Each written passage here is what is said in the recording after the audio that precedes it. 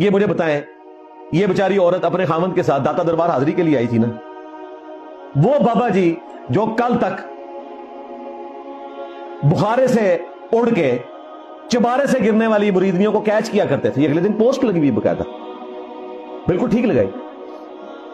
آج بابا جی جو ہے وہ اپنے مزار پہ آنے والی اپنی مریدنی کو گٹر میں گرنے سے نہیں رو سکے. لو سامو، یہ موقع ہے، وہ تکلیف اپنی جگہ ہمیں، لیکن ہم ان کے ماننے والوں سے بھی کہیں گے کہ ان بزرگوں کے اوپر تم نے تکیہ کیا ہوا ہے، یہ بیچارے کچھ نہیں کر سکتے. یہ کچھ کر سکتے ہوتے نا تو اپنے دربار پہ بکنے والی ہیروئن کو روک لیتے، چرس کو روک لیتے، کتنی عورتیں وہاں سے اغوا ہوتی ہیں ان کو روک لیتے. اور اب تو یہ اگلا ورژن بھی آ گیا ہے کہ عورت جو ہے گٹر میں گر گئی.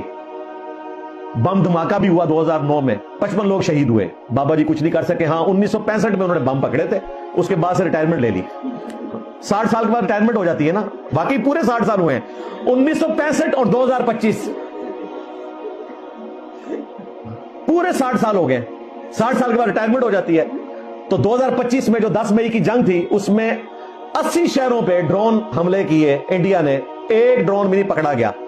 کراچی والے بزرگ نے بھی نہیں پکڑا، اسلام آباد والے بزرگ نے بھی نہیں پکڑا، لاہور والے بزرگ نے بھی نہیں پکڑا. لہٰذا یہ جھوٹ کھل گیا کہ 1965 میں بھی کسی نے کوئی بم نہیں پکڑے تھے راوی کے پل کے اوپر آ کے. یہ ہر جگہ جھوٹ مشہور کیا ہوا ہے، اور نہ کوئی مریدنی کیچ ہوتی ہے اس طریقے سے. تو کسی مریدنی کو اس امید پہ بابا جی کے پاس نہیں جانا چاہیے کہ بابا جی بچا لیں گے. ہاں پھر وہ بے شک گرتے ہوئے بھی کہنا بابا جی نے نہیں کام آنا. ہاں اب یہ سوچ رہے ہوں گے کہ وہ بیچاری عورت گری ہے تو یہ ہمارے بابے بیچ میں کہاں، جی وہیں گئی ہوئی تھی نا، بابوں کی امید پہ گئی ہوئی تھی نا.